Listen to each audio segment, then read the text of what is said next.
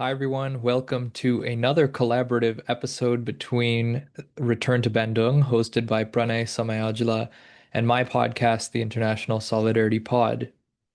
In this episode, we have a conversation with Gabriel Rockill, loosely centered around his new book, Who Paid the Pipers of Western Marxism? We discuss how a distorted, effectively pro-empire form of Marxism, or radical politics more broadly, came to dominate Western academia, how to understand academia as an intellectual industry, almost just like any other industry, where the space exists for anti-imperialists to intervene in the otherwise bourgeois-dominated intellectual space, and where the battle of ideas goes from here onward through the 21st century. If you're watching this on YouTube, be sure to subscribe and to please like this video. If you're listening on Spotify or Apple Podcasts, please leave a review to get this podcast to new audiences. Also, please share this podcast with others in your life. Word of mouth makes a huge difference. And lastly, and importantly, if you're able to contribute small amounts of money or would like to be a monthly donor, you can do that on Patreon. And I've left that linked in the description below, in addition to where you can find our Instagram and Substack. So without further ado, here's our conversation with Gabriel Rockill. Gabriel, welcome to the show. Thanks for having me on. It's really great to have you here. And Ashwin, welcome back for what I think is our third collaboration on an episode together, if I'm not mistaken. Of course, this is the first time we are doing a co-host format where you're joining me to interview a guest as opposed to it just being the two of us together. So for the listeners, I hope you will bear with us as we iron out the kinks of experimenting with the new format. But I think it'll lend itself, especially for this conversation in particular, since Gabriel, your work has been influential to a significant extent on both Ashwin and me in our intellectual development. I think this is an especially good conversation to sort of to experiment with this new hosting format in. Maybe to before we get started on this conversation, Gabriel, would you mind just introducing yourself for the listeners and saying a little bit about yourself, your background, and your work? I'm a philosopher. I have a background and training in French theory because I did my PhD in France years ago. And I also have done a lot of work on Western Marxism, but over the last decade or so, I've been expanding that beyond the Western canon and now do a lot of scholarship and I guess global Marxism, third world Marxism, global South Marxism, call it what you will. But those are the main focal points of my research. And there are different aspects to it, but I'm sure we'll get into that through the course of the conversation. Awesome. And just to give listeners some context on how this will be structured, Ashwin and I will sort of switch off in terms of the questions that we ask Gabriel, but hopefully some natural, organic conversation will emerge as well. And, you know, we wanted to have you on, Gabriel, to talk about your most recently published book, Who Paid the Pipers of Western Marxism, which I know is part of a larger project, that will encompass multiple volumes. But when we were constructing the questions for this interview, Ashwin and I were both really trying to kind of have a more of a bird's eye view, I guess, rather than getting too much into the specifics of the book itself. I'm sure those points will come up, but really to have more of a bird's eye view of the larger project of the critique of Western Marxism that this book is situated within, which I know, I was first introduced to your work in that regard through your edited volume of Domenico Lucerdo's work on Western Marxism. And so obviously, you are we're having you here to sort of talk about both your book, but also this larger project that you and other scholars like Lucerdo have been engaged in for quite some time. So maybe to jump off with framing the conversation, I'm curious how you would sort of define this concept of Western Marxism for listeners who might not have really heard of or thought of the idea of there being a Western versus other kinds of Marxism. What are some of the main intellectual currents within it, and how has it evolved over time? And more broadly, also, like, as I mentioned, where does your project situate itself within this larger tradition of scholars like Lucerdo and others who have analyzed and critiqued the Western Marxist tradition from a more revolutionary Marxist perspective? So Western Marxism refers to the unique version of Marxism that's become predominant in the West, meaning the imperial core. And it can be understood both as a result of socioeconomic forces of the history of imperialism. meaning the underdevelopment of the overwhelming majority of the planet in the service of hyper-developing the imperial core, and in particular, the ruling class of the imperial core. And that has led to certain perversions within the history of Marxism.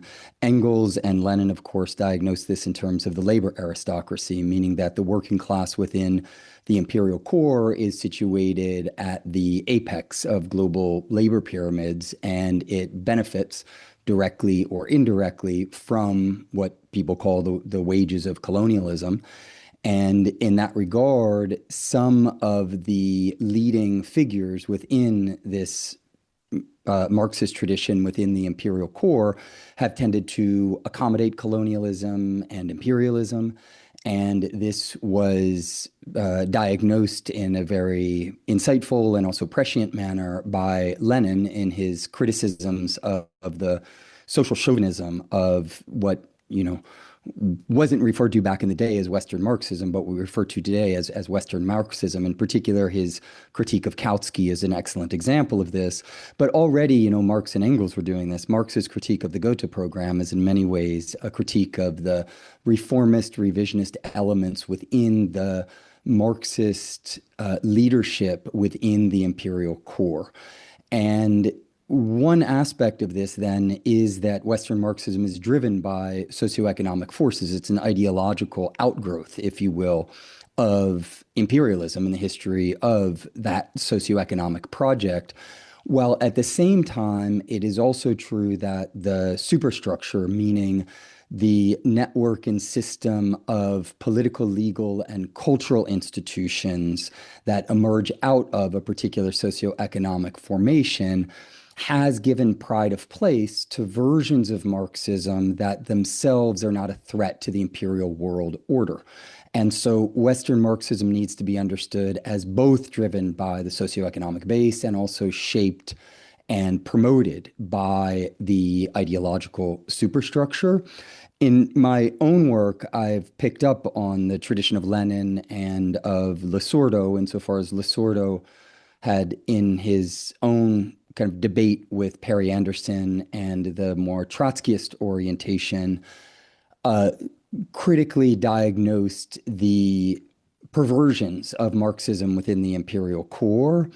And Lisordo himself traced this origin back to the social chauvinism around World War I, like Lenin.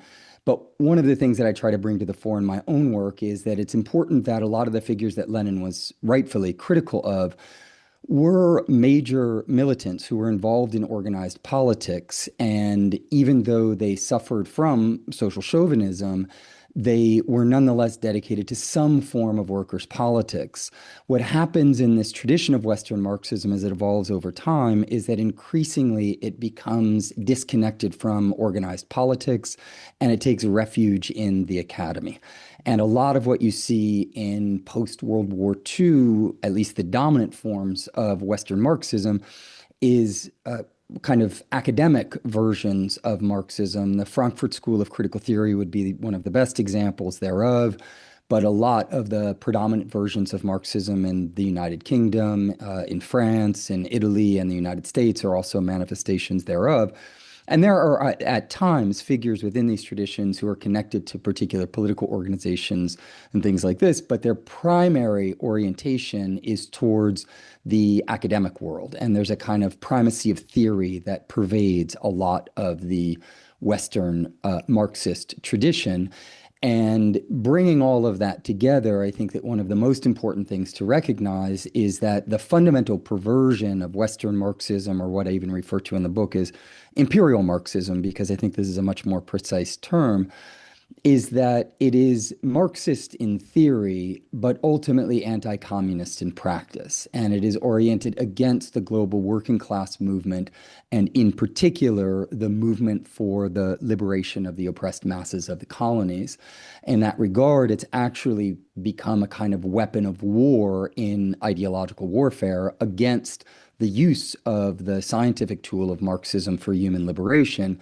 And so a final thing that I'll say is that, unsurprisingly, the national security states of the imperial powers have recognized that Western Marxism is an ally, and they have directly supported it in various ways so that they could use it as a leverage and a bracing point, or I'm sorry, a bracing point against the Marxism-Leninism that they identify with the liberation of the peoples of the colonies.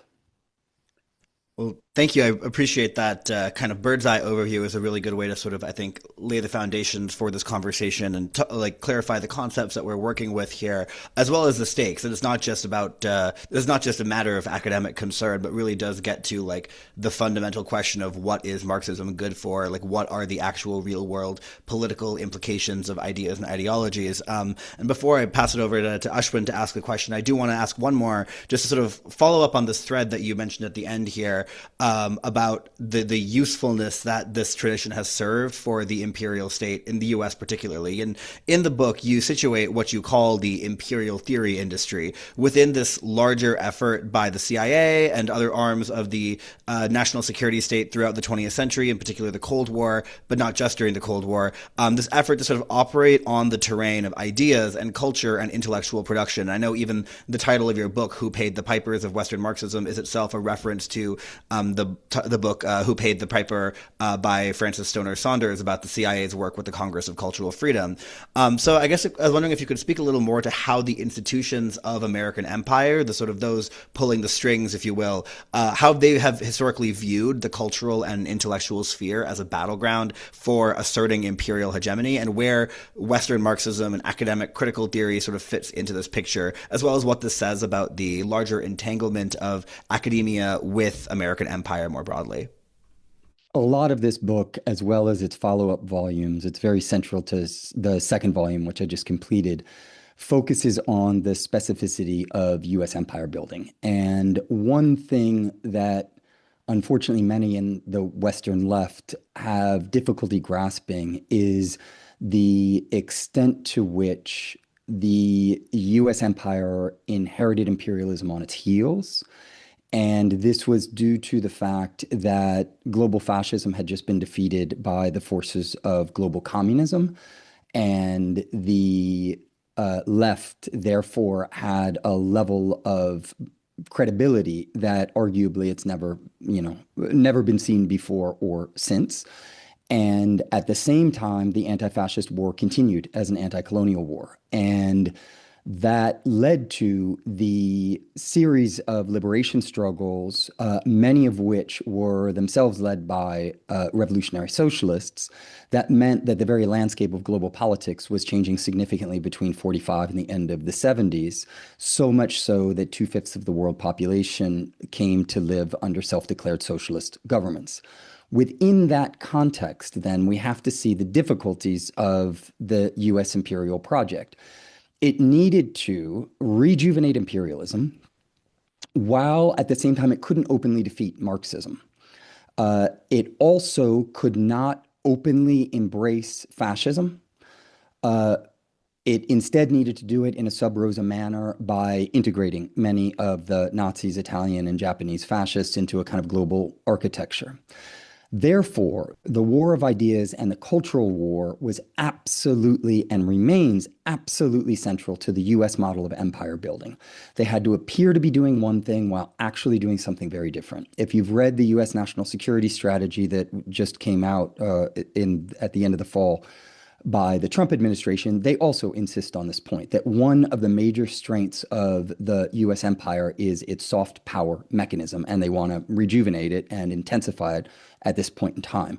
The war of ideas, as innumerable internal documents that I've read testify, is in many ways the principal war. If you can win the war of ideas, the cultural war, then the other wars will follow suit, or at least be made much easier. It is for this reason, then, that they have invested so much in this cultural war. And one of their focal points, there's a document that's actually included in the appendix to the book, because I had the space to include a few of the many, many documents that I consulted in an appendix.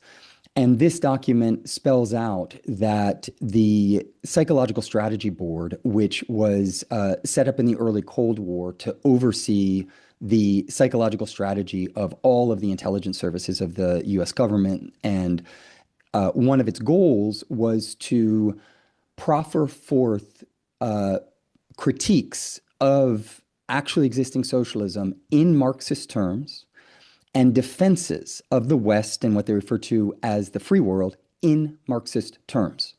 They wanted to create a version of Marxism that the middle layer and the intelligentsia could hold on to, while at the same time defanging that Marxism from its revolutionary anti-imperialist orientation.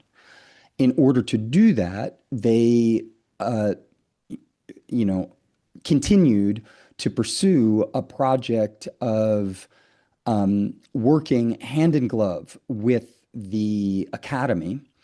And this history, which is not only, has to do with Marxism, it has to do with the general control of the mindscape of the masses and the world of ideas, is so extensive that I refer to it in the book as the military industrial academic complex. And I point out things like that the Central Intelligence Agency admitted in the mid 1970s that they were working with thousands of academics at hundreds of institutions, right? So the Marxist element of this was part of it, but more generally, what they wanted to do is what they wanted to control the mind managers, those who have a platform and can have an impact on the way in which the general population thinks about the world.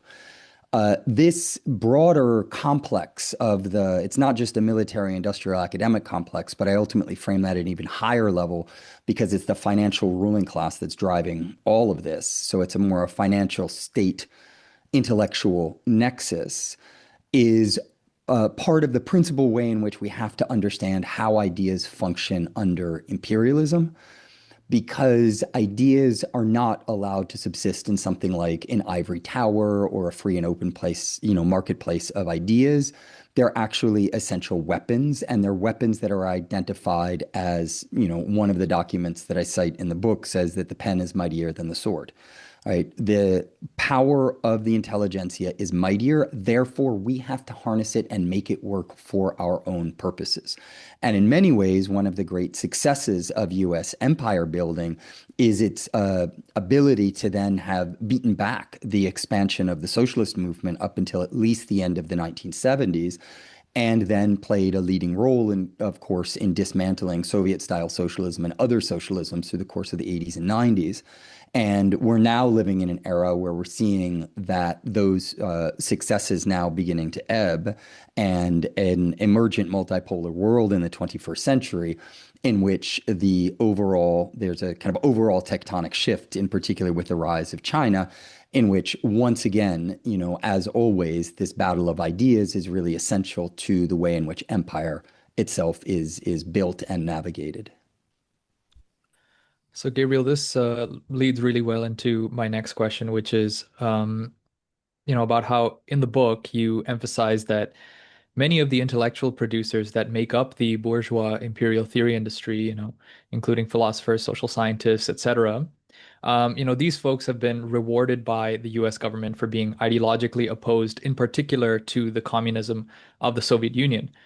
So, you started talking about the tectonic shifts toward a multipolar world. How do you see this connection between the imperial theory industry and actually existing socialism, especially as it becomes increasingly relevant with the rise of China and even other, socialist states like Vietnam, or, other pro-sovereignty formations like the Palestinian Resistance and the Islamic Republic of Iran? We've also been seeing a concerted, attempt at regime change in Venezuela, even though it hasn't succeeded. So, coming back to the question, how do you see the imperial theory industry's relationship to actually existing socialism or anti-imperialist formations in the global South more broadly in our current moment and moving forward as they become more prominent? Well, the third volume of this trilogy actually deals very explicitly with the versions of radical theory that are predominant within the imperial core, And it looks, among other things, at the explicit political positions taken by some of the purported leading luminaries of the current conjuncture. And what is remarkable is that there is an incredible amount of ideological consistency with the traditions of Western Marxism that I outline in the first volume, as well as those of so-called postmodern French theory, which is the primary focal point of the second volume, meaning that there is an orientation that is at best anti-imperialist, meaning that it is actually opposed to the anti-imperialist struggles around the world. Of course, the actually existing socialist states, but then also even those states that aren't socialist, but that serve as a major impediment to imperialism. There are a few examples that I'll just cite because even since the book has come out, people have taken public positions that once again confirm the basic theses of the book. Alex Kalinikos on January 6th stated that Maduro buried Chavez's Bolivarian revolution. Kalinikos is a well-known British Trotskyist, a good example of a Western Marxist who will wave the red flag to no end and yet take public political positions that are doing the work of imperialism while purporting, of course, to deny them or, add nuance and sophistication and whatnot. But at the end of the day, he's doing precisely the work that people like Adorno and Horkheimer were doing. Horkheimer defended the U.S. Intervention in Vietnam. Tariq Ali and the positions that he's been taking in relationship to Iran, some of the things that he's been saying about Venezuela, again, you find a very, very similar set of positions. And this, in many ways, should not be surprising because what I'm diagnosing in the book is not or how to put it, one should not read the book in terms of a series of individual criticisms of isolated intellectuals. The book is a diagnosis of the material system of knowledge production within the imperial core that produces and will continue to reproduce the intellectuals necessary for that system. And this was absolutely essential to the project as a whole, because otherwise people could read the book and take away from it, Marcuse is somewhat compromised or Judith Butler's compromised, and just focus on the individuals. This is not a materialist analysis and a systemic analysis. A systemic analysis really goes to the driving forces behind the very production of the system that then produces the subjects who produce the ideas that fit with and serve the interests of empire. If you can teach people how to see the system, then they can use that systemic analysis and apply it to so many different individuals, right? This is what I'm putting forth, if you will, is a methodological diagnosis of the system of knowledge production that then specialists who know a lot more about, different intellectual debates or particular disciplines can draw on that in order to apply it to more specific instances. I'd be remiss if I didn't mention, because it's been in the news, the role of someone like Noam Chomsky and his connections to Epstein. There's a lot that could be said about this, and I do think that Chomsky is someone, and this is a theme throughout the book, in criticizing the intellectuals that I criticize. I'm not saying that we should burn their books or that we should throw everything out that they ever wrote. What I'm saying is that they are bourgeois intellectuals who are doing the work of empire and serving the interests of the system that promoted them. And in the case of Chomsky, you have somebody who also took positions that were resolutely against actually existing socialism. And he's one of the most outspoken anti-communists who says some of the most unfounded things about Lenin and the kind of revolutionary tradition in general, usually with no references whatsoever and clearly with no knowledge beyond bourgeois propaganda concerning the actually existing socialist states that he has tended to, in general, denigrate. There are some exceptions to that, insofar as in his very late work, the positions that he took on Cuba and things like this. But this would be another manifestation of a kind of Western left intellectual who is promoted by empire because, as critical as he has been of US foreign policy, he's not supporting the types of projects that would be an actual impediment to that policy. Instead, he drives people in the direction of what ultimately amounts to a kind of political liberalism, mixed with, of course, a large dose of anarcho-syndicalism.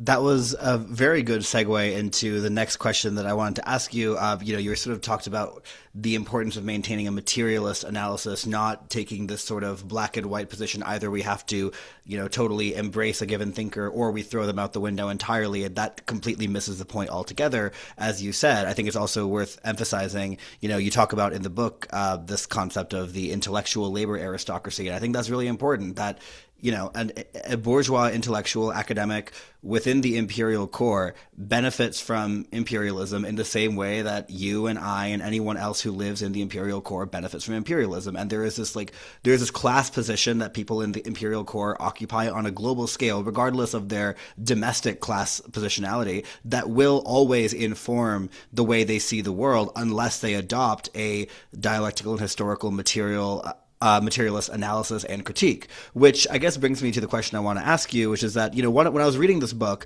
one of the things I found most striking about it is the amount of space and the number of pages and just the level of attentiveness that you're dedicating, particularly in the first half. I mean, it really takes up the first half of the book to framing the larger project that you're engaged in with this critique and framing the methodology that you employ before you ever get into the weeds of actually talking about specific thinkers or scholars or ideas in the Western Marxist tradition. And as I understand it, sort of the core argument of how you're framing the project here is that bourgeois social sciences and the Western Academy have conditioned us to think about theories and ideas as existing in these sort of abstract, detached vacuums, emerging out of the minds of individual thinkers, rather than understanding theories and ideas as being products of concrete social, political, and economic conditions. And you argue that the Marxist analytical method of dialectical and historical materialism offers us a way to sort of go against the grain of this bourgeois way of thinking by instead moving away from the focus on ideas to analyze the concrete political economy of knowledge production. Because at the end of the day, that is, like any other form of production, shaped by class relations and class struggle. Could you say more for the listeners about how and why you employ dialectical and historical materialism as a analytical framework and as a scientific methodology for the critique that you're undertaking in this project, and why it's important to understand the political economy of knowledge production in the first place? Thank you for that question because it goes to the heart of one of the central thematics in the book, which is a diagnosis of bourgeois culture across the board and how it operates, as well as its limits and its blind spots. And a lot of the way in which bourgeois culture tends to function is that it is based on the presumption that individuals freely create their own ideas that they share in a democratic marketplace. Uh, this is quintessentially false, and it is particularly false under capitalist social relations, where this marketplace of ideas is very tightly controlled from behind the scenes by a whole series of forces that determine what is acceptable within the so-called marketplace of ideas, let alone those forces that are driving the promotion of particular ideas within that marketplace. Now, it is true that within the history of bourgeois culture, it is helpful to distinguish between the kind of arts and humanities on the one hand and bourgeois social science on the other. In the world of the arts and the humanities, there are precisely the tendencies that I just mentioned, and that is to look at ideas and study them more or less in the abstract and disconnect them from their actual material histories. The bourgeois social sciences, as they've developed historically, have attempted to engage in some degree of empirical analysis and situate ideas in their production in relationship to particular social forces. But in doing that, they rely on the overarching ideological framework of the bourgeois social sciences, which is or which consists in fragmenting the social world and separating out a kind of autonomy of spheres in which The economy is separate from civil society, is separate from the political realm, is separate from, for instance, anthropological concerns. And so, while the bourgeois social sciences often open up an avenue for empirical analysis, what they do is they foreclose a holistic apprehension of the systemic totality, the material culture of a particular life world, and they presume that there is somehow a distinction between these different realms. And moreover, what you have baked into a lot of bourgeois social sciences is a kind of colonial apparatus, which I kind of spell out in the book, or a colonial mentality, if you will. Against both the bourgeois arts and humanities and the bourgeois social sciences, what I advocate for is picking up on and further developing the very rich international tradition of dialectical and historical materialism, because what this tradition does is it approaches the world from the point of view of the most systemic forces that are driving any particular social formation. And that is, how does this social formation produce the goods and services necessary for its own survival? And that base level of organization will structure the ways in which those then particular social formations develop the realm of ideas and how they operate. I therefore engage in a kind of broader materialist analysis that doesn't see ideas as just the result of individual freedom of thought, or for that matter, a kind of, sociological reductivism that simply identifies one or two or three determinants that are operative. It's instead a holistic view that situates ideas not just within the material system of production, but also within the history of the socioeconomic system that has structured life on planet Earth, which is the system of imperialism. In this regard, one of the main focal points for the book is on what I refer to as the imperial superstructure. And drawing on the work of Marx, I highlight the fact that the superstructure is composed of two major components: the political legal apparatus on the one hand, and a broader cultural apparatus on the other, meaning an entire system of production, circulation, and consumption of culture in the broadest sense of that term. And it's by beginning with the most universal or most general framework that one can then mine down into the specific manifestation of, particular ideas, intellectual traditions, or even, individual contributions to particular traditions.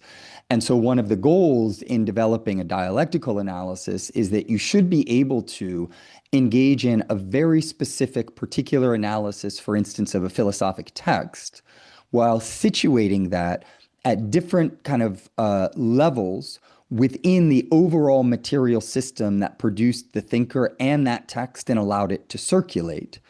And that all of that relationship between the particular and the universal should be coherent enough that you should be able to move seamlessly between them, so that you can get as particular and as specific as possible, while always connecting the particular manifestations to the most general forms that structure those particular manifestations, and in particular that of imperialism.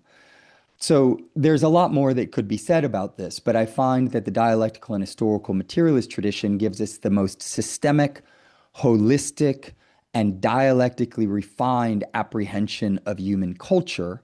And therefore, one of the goals of the book is to draw on this tradition and use it to analyze the specificity of imperial culture in our historical conjuncture. So, Gabriel, but here's the issue, right? An investigation of the social totality, is often critiqued as, reductivist or overly deterministic, as you, Yeah. have been hinting at. This is sort of the critique of dialectical and historical materialism more broadly, right? Especially in, Western academia, that kind of thing. I'm curious here, how do you push back against this critique? And, for relatively new scholars like, myself and Pranay, we're both, in our first year of our PhD programs in politics or political science, but, for folks like us, what are the intellectual tools that we can or should be equipped with to help push back against this critique? And, more broadly, I'm just curious, about your insights on how do folks like us, relatively new scholars, grad students, navigate being committed to a dialectical and historical materialist framework and revolutionary politics within the broader context, right, of still a counter-revolutionary institution that is defined by the very political economy that you essentially trace throughout the book. So, curious about your insights sort of more broadly on how do, folks like us, anti-imperialist Marxists within the academy sort of navigate that, but also specifically about, what kinds of intellectual tools should we be equipped with to push back against this reductivist or deterministic, critique of dialectical and historical materialism? Well, I'm not sure I'll be able to massage that contradiction away entirely, but it is important to recognize that from the vantage point of the ideology of bourgeois culture in the kind of arts and humanities that I was referring to earlier, as soon as you highlight material constraints, it makes sense that those who are indoctrinated by bourgeois culture would react in the ways that they often do, meaning that they would interpret that as a reductive determinism. If culture, if my mind, the way I think is absolutely free, and you have a kind of blind belief in bourgeois freedom, then as soon as somebody says, no, you're constrained by the material language you speak, or by the class relations within which you operate, or the institutions, then often there's a knee-jerk response that, well, no, this is absolutely reductive. Now, this is significant because it also reveals that so much of liberal ideology is beholden to an extremely simplistic binary that doesn't grasp the complexities of material social relations. There isn't complete freedom, nor is there absolute determination. In Marx's own oft-cited phrases that you'll find in a number of his different works, human beings make their own history, but not in circumstances of their own choosing. Right? The entire Marxist tradition is saturated with appeals to human agency, with the recognition that human agency is conditioned by the conjunctures within which it operates. It's actually quite a basic point. And dialectics does away with the binary reductivist logic of liberal ideology that says it's all freedom or it's all determination. Therefore, one of the ways of pushing back is insisting on the complexities of a dialectical analysis. Right? The denigration of dialectical and historical materialism has gone hand in hand with a misrepresentation of what it is. And the assumption that, well, there are just these mechanical laws that determine everything, and human beings have no place in, these laws and things along these lines, which of course is not the case. You don't have revolutionary transformation of society without people acting on their agency in very, very powerful ways. It's also significant that the dominant bourgeois ideology of freedom actually gives up on so much of the agency that human beings have, because as Hegel theorized it, and Marx then further developed this idea, freedom is the acknowledgement of one's determination. You can only be free if you recognize the constraints under which you are functioning. If you don't even recognize those constraints, then you're just determined by them. And so a big part of the dialectical understanding of agency and structures that condition us is the recognition that the more we understand the extent to which material forces have a bearing on our agency, the better we are capable of mobilizing that agency and increasing it. So if you're actually interested, not just in the liberal ideology of freedom, but in the maximization of human agency, then it behooves you to engage in a materialist analysis of the constraints that fashion that agency in various ways. All of this, I think, needs to be related to the defense of intellectual and methodological innovation within the Marxist tradition, because this is another way that it's been denigrated. Assuming that there are just mechanical laws, that all you do is you read these orthodox texts and then you repeat them. Actually, Marxism is a process of developing and continuing to advance the tools of human liberation, and they therefore require a very high level of creativity and innovation and an application of those methods to specific, specific conjunctures and specific cases. In that regard, for people who are starting out within the academy, I think it's essential to recognize that the standard straw person arguments against Marxism are reductivist misrepresentations of actual Marxism, and to defend the real vitality of this tradition is to hold up the innovative, creative, dialectically nuanced, highly sophisticated forms of analysis within this tradition, thereby not succumbing to the idea that, well, Marxism is reductivist and somehow we have to defend this reductivism or things like this. In fact, if you study the history of, the best Marxist work from Lenin to Gramsci to Lukács and beyond, they are regularly insistent on being critics of economic determinism. This is across their writings. And so we also have to bring that more and more to the fore in order to insist on the kind of creative and innovative elements of the Marxist tradition. And the difference is that the creativity within the Marxist tradition isn't creativity for its own sake. It's not in a vacuum. It's always tethered to the primacy of practice. The reason that we have to invent new ways of thinking is not because they're trendy and cool and can sell books. It's because we have to solve new problems and we have to figure out how to advance the human project of liberation. And so there's a practical orientation to innovation that is absolutely, absolutely essential. Maybe the last thing that I'd say is that I think that a lot of what passes as important within the academy is simply based on the exchange value of ideas and the commodification of them within particular industries and marketplaces. And that what the Marxist tradition represents is the use value of ideas, that ideas can actually help improve human life and extra human life on planet Earth. And that we're in a situation now where we need to halt ecological degradation, the risks of nuclear apocalypse, and the levels of social murder that are killing millions of people. And so at that level as well, embracing a Marxist tradition is embracing a humanist, moral tradition that is in the service of developing a more egalitarian and ecologically sustainable world.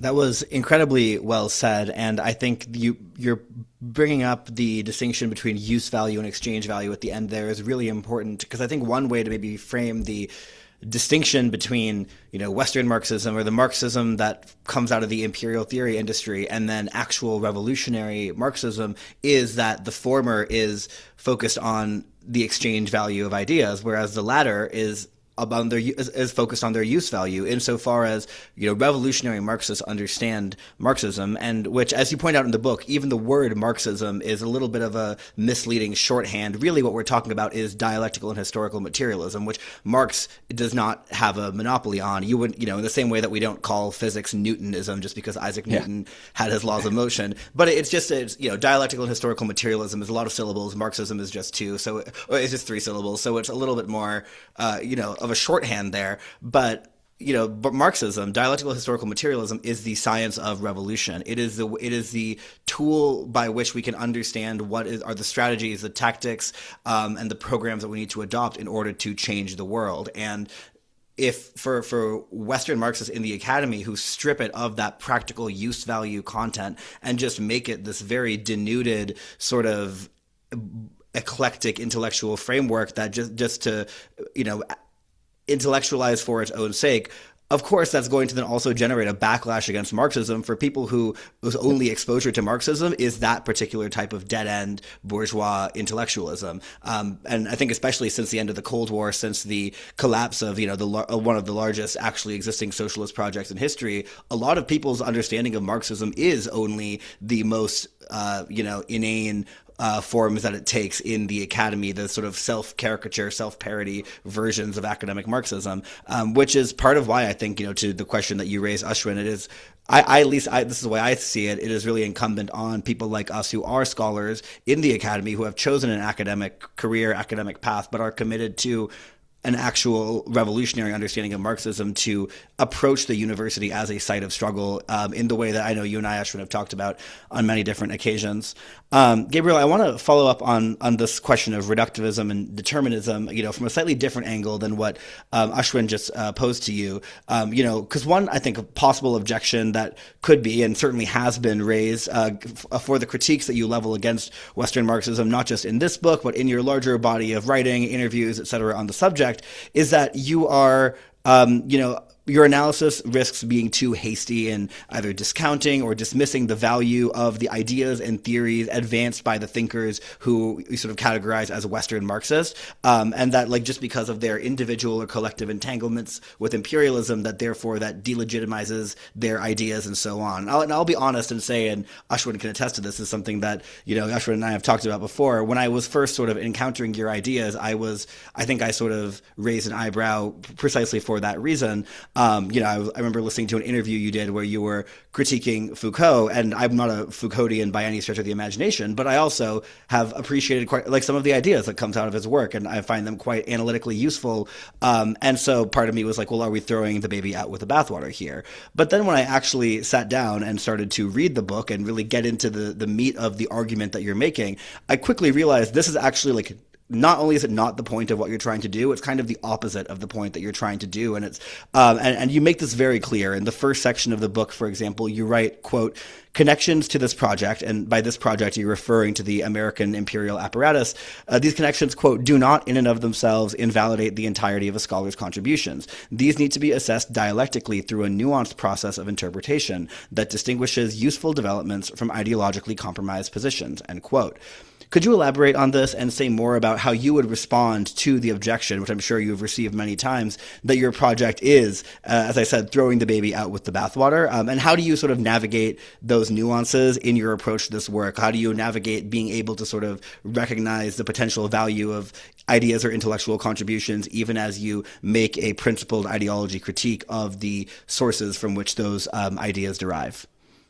One of the ways that I put this in the book is that I advocate for a dialectical hermeneutics, or a dialectical form of critique, in which you look at the many-sided nature of any body of writing and you identify the elements in that body of writing that you are critical of and that deserve criticism, and you distinguish them from the body of ideas that you think are of some value. And in doing that, then you have a much more nuanced relationship to the body of writings that you're engaging with. And I also defend, like Lenin, the idea that bourgeois culture is the most developed form of culture that we have. The Western Marxists are the Marxists who have had the best material conditions for doing research of Marxists internationally in the history of the world. They were not writing in the jungle or in the mountains. They weren't part of guerrilla insurgencies, and they instead were at Harvard, Columbia, and had research assistants. They often had grants from the ruling class. And so it would be surprising that given those conditions, if they didn't have something of value to contribute, whatever it might be, this could also be stylistic innovations or ways of rhetorically framing particular arguments or other things like this. I do think that the major limitation that many people have when they confront bourgeois theory is what I refer to in the book as cultural commodity fetishism. So the idea that certain thinkers would be compromised in various ways often leads to a reaction that the fetishized subject of those ideas, the producer of those ideas, therefore is morally tarnished, and people withdraw in horror at the idea that their sacred cows could somehow have, be morally tarnished in some way. And this itself is just a result of a lot of the kind of dominant bourgeois ideology of culture. What I'm doing is not fetishizing the producers. I'm bringing the stars back down to earth by situating them as actors within a material system of knowledge production, and more specifically within material systems of power, and asking questions about how they took positions in relationship to that system of power and how their ideas reflected the imperial dynamics that were operative in particular historical conjunctures. And what's remarkable is the extent to which so many of the dominant figures within the imperial theory industry took and continue to take positions that line up with the interests of imperialism. That synchronicity between their individual ideas and the imperial system of knowledge production reveals that actually they aren't acting with high levels of freedom and agency. They are instead providing to the system what the system demands, and they're receiving uplift, meaning preferments and advancement within the system from it. And so I think that my vantage point on this kind of broader issue is that the reactions to my work are often this specific reaction is just itself reductivist. It's based on the one hand on not having read my work, but then it's also rooted in the idea that it's an all or nothing approach, which it's not. It's a dialectical approach that looks at the kind of various nuances of this. Maybe the very last thing that I would say is that a lot of people who have been trained in bourgeois theory remain very attached to it, and they don't want to give up on it for investment purposes because it's part of the symbolic branding of their own career model, but also it's due to indolence and laziness. And it is remarkable to me how many intellectuals will, for instance, slander an intellectual like, I don't know, Prabhat Patnaik without actually having even read, or Uta Patnaik, or other figures like this, without really seriously engaging in their work. And yet you can't say a single word about Foucault unless you've read his entire corpus, all of the secondary literature, been to all of the conferences, gone to his archive, and worked in his tradition for years on end. And then any criticism that you could potentially formulate would need to simply be the kind of footnote of an acolyte, not a really serious charge. And so there's a disequilibrium, if you will, at the level of critique, in which it's fine to slander and criticize anti-imperialist Marxists. In fact, you don't even have to read them, right? You can just denigrate them and be done with them. But the flip side is that as soon as someone is sanctified by the imperial power structure, then the game is entirely different. Well, why is it that there's that imbalance? Well, I think it's another manifestation of the power dynamic of imperialism and its impact on ideas. And it would behoove us to take much more seriously the anti-imperialist Marxist tradition and read them with the seriousness with which one at least purports to read someone like Foucault or Judith Butler or Edward Said or other figures like this. So I have a question here about the relationship between knowledge production and the masses, if you will. So, you've talked about in the book or you've talked in the book about how what you call the dual governance mechanism in the US, or, otherwise can be understood perhaps as the deep state supported by the capitalist ruling class, this deep state has targeted the intellectual class to foster among them opposition to actually existing socialist states, as we've been talking about. Um, because those people are in many ways the thought leaders within society that then have a platform to communicate these ideas further on to the masses. And this is interesting because I want to hear more of your thoughts on how you see the connection between, on the one hand, the bourgeois state and the capitalist ruling class, and the masses on the other hand, and sort of the knowledge producers or intellectual producers somewhere in the middle. But also within that middle category, the potentially, the small minority of us that are, anti-imperialist scholars within the academy. This is something that Pranay and I have, discussed previously. We did an episode on anti-imperialist political education, and we discussed whether podcasts like ours, right? We host two, different podcasts. Whether our podcast should aim to have mass reach, or whether we should gear our knowledge production toward others like us to perhaps qualitatively build up our movement among those of us that are already anti-imperialists or leftists or or socialists. So I'd be really curious, again, coming back to reframe this, to hear your thoughts on, how you see the connection between knowledge producers and the masses, and how the bourgeois state attempts to mediate that relationship in order to bias it in its favor, and where in this equation those of us on the anti-imperialist side have space to resist. A lot of the internal documents that I've looked at through archival research and Freedom of Information Act requests are very clear in laying out the interests of state forces in mobilizing the opinion makers of society.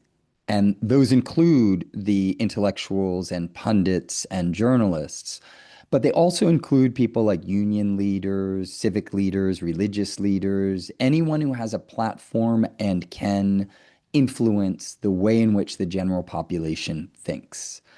And given that orientation and to some extent the successes of those state projects within the imperial core, I do think that the battle of ideas needs to be waged on multiple fronts and reach as many people as possible.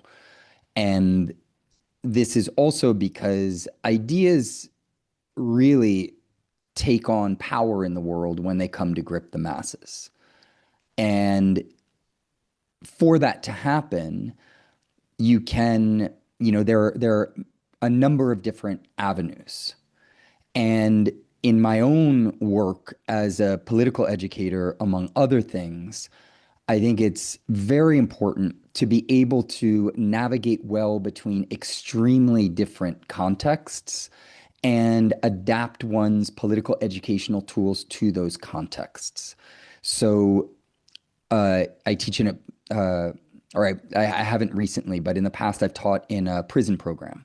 And in teaching in a prison program, the population that you have access to is very different than the general world of higher education within the United States. It's also rather different than organizing communities that I've done political education with, or unions, or things like this. And so in each of those different types of contexts, I think that what you have to do is figure out where people are, their level of political and social consciousness, how you can connect with them, not so you simply give them things that they want to hear, but so that you can take their grievances, their concerns, and provide them with a framing that they can then use in their own lives to make sense of the world that they're situated within. And those different levels of political education, I think, are essential for getting different types of communities on board. It's very difficult with a podcast that usually would just target one particular type of audience. You kind of have to decide to some extent what that audience is. But we're doing political education, if you're good, in every moment of your life. You're doing it with your neighbors in family settings, when you travel, you meet colleagues. And that level of adaptation and kind of malleability to context, I think, is really essential. I'd also say that the theory problem is only one of the problems, meaning that in the imperial core, and of course, through the kind of comprador elements in the periphery and through the history of imperialism, you find a lot of this across the global south as well. There has been a severing of the red thread in the sense that the deep and rich traditions of dialectical and historical materialism have, at least in certain instances, been severed from contemporary struggles. And we need to reconnect that thread and also advance it. But the theoretical kind of and systemic framework that we give to our struggles is only part of it. Another enormous problem is the organizational problem. People can know what's wrong with the world and not actually be able to develop the organizational forms necessary to change it. The organizational problem has become extremely acute with the dissolution of the Soviet Union and a number of other socialist countries in the 90s, and a very widespread embrace of anarchist horizontalist style of politics. But given the history of global class struggle, it is becoming increasingly clear to people that from the Occupy movement to the Square movements and beyond, these forms of non-organization don't actually get the goods. And so another big part of our political education has to be rooted in this organizational problem of bringing to the fore the types of organizational forms, parties, unions, associations that have leadership, that do provide us with a clear horizon for our struggles and are able to funnel the kind of frustration of the masses in such a way that they build real and sustained power. And another problem, I mean, there are a number of problems to highlight, but the last one that I'll highlight just for the sake of argument is the problem of form.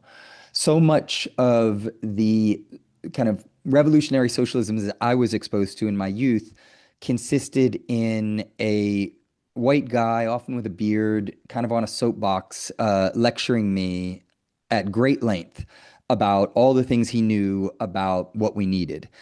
And that washed over me like, as much as some of the stuff from the theory industry that I found just not useful because it didn't engage me as a listener. And so we also have to find creative, interesting, exciting, fun, and enjoyable ways to bring people into the struggle. One of the ways that you've seen this in the history of the kind of movement in Philadelphia, where I'm based, is bringing in Mystica, bringing in the drum section and having spoken word poetry and having a kind of creative element. Because at the end of the day, most people are not just highly rational beings who are going to diagnose a problem and then dedicate their lives to addressing it. Most people recognize that, well, they also want to have a quality of life at some level along the way.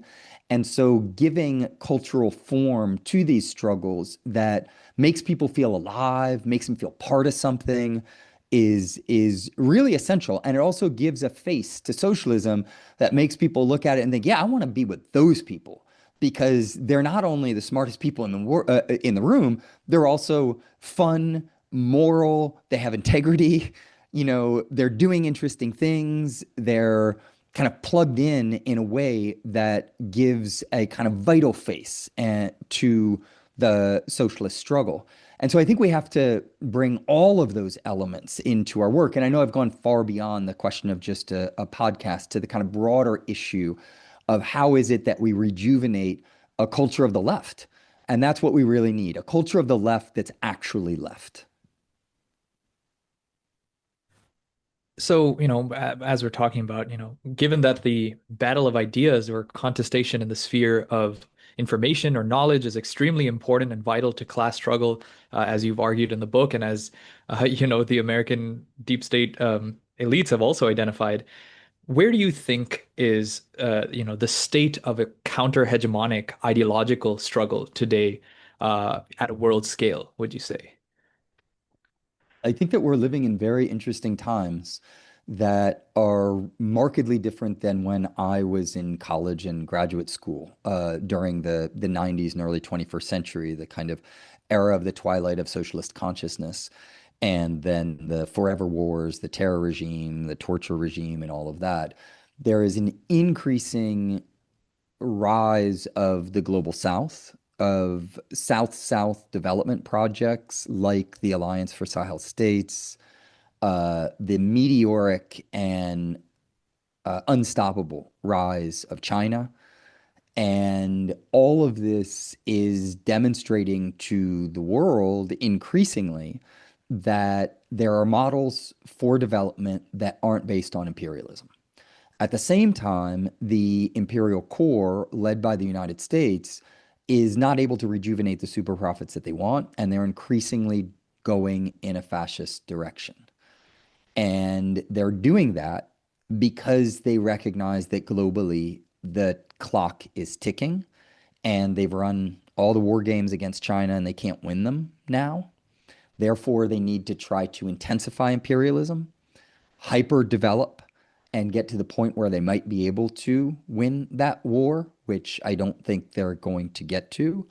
You also have the absolute importance of the material reality of ecological degradation and the fact that so many people, particularly young people who, if all goes well, will live longer, are looking at a world that looks a lot like the end of the world. And therefore, people are opening up the purview of analysis and considering more radical solutions, coupled with the fact that the kind of cycle of global class struggle that was predominant in the early 21st century and the 90s with the alter globalization movement and a lot of the kind of anarchist horizontalist movements didn't really bear fruit. And so there is, I think, an increasing recognition that you need parties, you need unions, you need strong organizations that can carry these projects forward.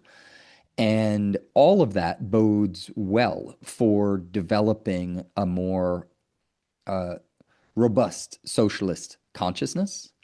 There is an enormous amount of work to do on that front. And the imperialists, as always, have the entire propaganda apparatus on their side and trillions of dollars to denigrate socialism and to misrepresent actual history. Uh, but the tides are shifting in certain ways. You know, when you analyze global class struggle from a dialectical vantage point, it's never as simplistic as, well, everything is going in one direction or everything is going in the opposite. There are multiple different forces driving in various directions. It's quite fascinating if you followed what's going on in Canada, where with all of the threats of US colonization, there is a kind of at least partial realignment in relationship to China.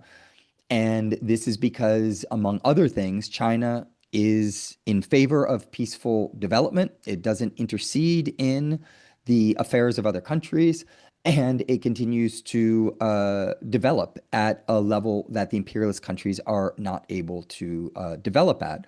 And so I think that from our vantage point, what we really need to do is provide the most coherent and systemic framing of global class struggle, which is that imperialism in its late phase is in a crisis.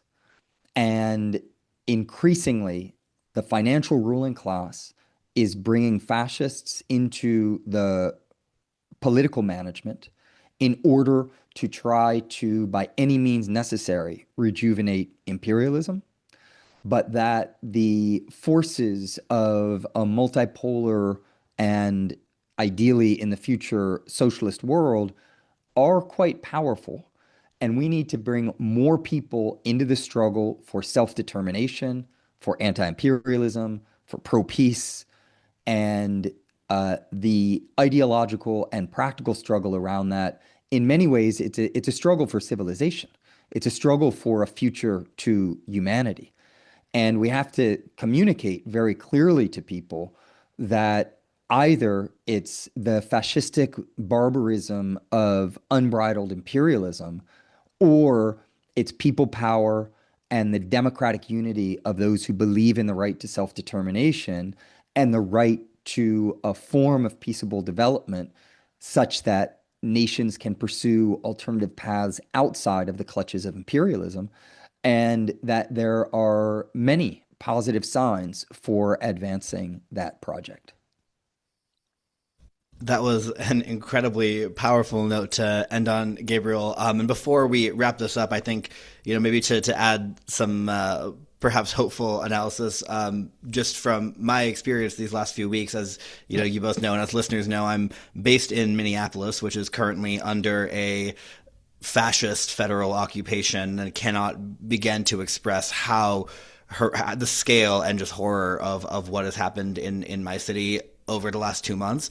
And yet I've also seen firsthand, in a way that like I'd never really grasped until now, like how quickly moments of crisis like this can lead to the formation of, like, at the very least, the seeds of genuine revolutionary consciousness among people. I mean, ordinary people. It's not just, there's a lot of punks and activists here in South Minneapolis, but even just ordinary people are just the way they're talking about the situation, the way they're talking about the kinds of organization and resistance efforts that are being pulled together, learning as we go. It is just incredible to see that people are starting to draw these connections. It's not lost on people, I think, that while at the same time as we have these masked fascist Gestapo agents kidnapping people out of their homes, the U.S. military was doing the exact same thing to the legitimate sovereign leader of Venezuela. I mean, ICE was deployed on the streets of Minneapolis at the same time as the kidnapping of Maduro took place right after the new year. And, if we want to talk about the imperial boomerang fascism being the methods of imperial rule brought home, we're seeing this happen here right now. Of course, this is a city that experienced this, less than 6 years ago during the George Floyd uprising as well. But I think that it also has shown me both how valuable a dialectical analysis can be in actually shaping strategy, because I think my comrades and I have really employed dialectical analysis and methodology to shape our understanding of the situation, how we respond to it, but also how that can be communicated to ordinary people in ways that are not super, dense or theory heavy, but are actually understandable. And I think the infrastructure for community defense, neighborhood networks, these sorts of things that are being built, that is going to be infrastructure that will sustain us for the next crisis and eventually, I believe, for revolutionary transformation. And it's just been really heartening to see that. So I think, these shifts that you're describing, very rightfully so, Gabriel, that are happening on a global scale and internationally, particularly, but not exclusively in the global South, are also happening right here in the United States, in our backyards as well. But it is incumbent on those of us who have a revolutionary analysis and revolutionary commitments to make that happen. So I just wanted to sort of share that, I guess, as a hopeful note to end on, and turn one final question over to you, Gabriel, before we let you go, which is a question I ask every guest on this show. Who is an anti-colonial thinker, leader, or revolutionary from any point throughout history who inspires you, and why? I'll get to that question in a second, but thank you for sharing that. And I just wanted to add one other thing, and that is that the Imperial core has eviscerated so much of the Marxist, both theoretical and practical tradition, that I think it's extremely important to be able to bring allies into the struggle and not fall into the risks of a kind of sectarianism or an orientation that consists in saying, well, I know what the solution to all of these problems are. Right now, we need to do things like defend the very stripped out, hollowed out version of bourgeois democracy that we have. We need to defend things like peace, like human rights, like habeas corpus. These are very basic and absolutely bourgeois rights. But in order to do that, we need everybody on board. We need liberals on board. We even need many of the Republicans who are taking positions against the Trump administration.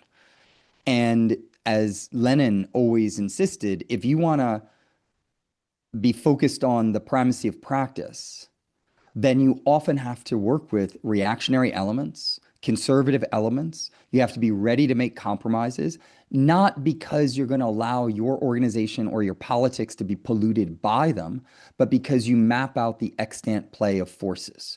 And liberals are the dominant quote unquote left force in the United States, as deplorable as that situation is. But they are people who will want to defend, most of them, some semblance of democracy for certain segments of the population within the United States. Of course, there are many problems with this, many contradictions, and they should be pointed out. But if you know the history of Bolshevik organizing, for instance, Lenin was regularly organizing with formations that he was highly, highly critical of, because you have to analyze the extant play of forces, and the goal is to fight and win. It's not to be so right that you alienate everybody else in the struggle and then you fail.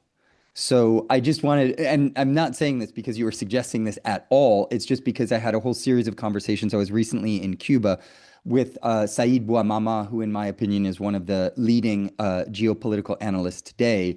And we were corroborating on this point. The person that I would point to as an anti-colonial thinker is Roberto Fernandez Retamar, who is, in my opinion, one of the most important Cuban intellectuals and activists of the revolution. He was offered a position at Yale in their Latin American Studies department in 1959. And he turned it down because something else happened in 59, notably the Cuban Revolution, and he decided that he wanted to be part of that project. He was involved for years in Casa das Americas and published some of the single most important essays on anti-colonial Marxism.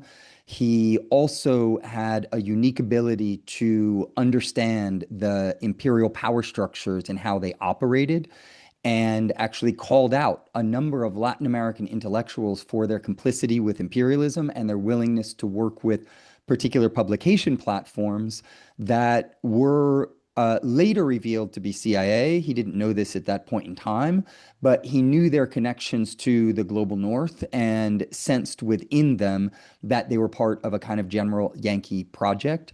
And so Fernandez Retamar set the bar very, very high for all of us. And I encourage everybody who isn't familiar with his work to read it. His Caliban essay is his most famous. There is other work that unfortunately isn't translated yet, but we're working on a series of translations to make his work more widely available. Well, that's fantastic, and I'll be sure to link some of his work, or at least what has been translated of it, in the show notes for folks to check out. Definitely something for me to sink my teeth into. Well, Gabriel, thank you so much for joining us today for this really, really fantastic conversation. Again, really enjoyed the book. Cannot recommend enough to listeners to check it out. And, we'll definitely have to have you on again in the future for the subsequent volumes as they come out. Thank you also, Ashwin, for joining me as a guest host in this experiment with having two hosts. I think it worked pretty well.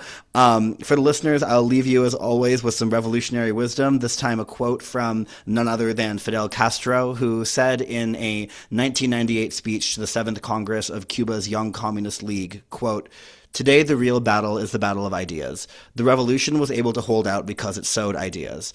The world is rapidly being globalized. An unsustainable and intolerable world economic order is rapidly being established. Ideas are the raw material from which consciousness is forged. They are the raw material of ideology par excellence. I prefer to call them the raw material of consciousness to emphasize that it is not a question of strict and rigid ideology, but rather of an advanced consciousness. That is to say, a conviction that hundreds of millions and billions of people on this planet will inevitably arrive at, and that it will constitute, without a doubt, the best instrument to secure the victory of those ideas throughout the world." Thanks for listening. We'll see you next time.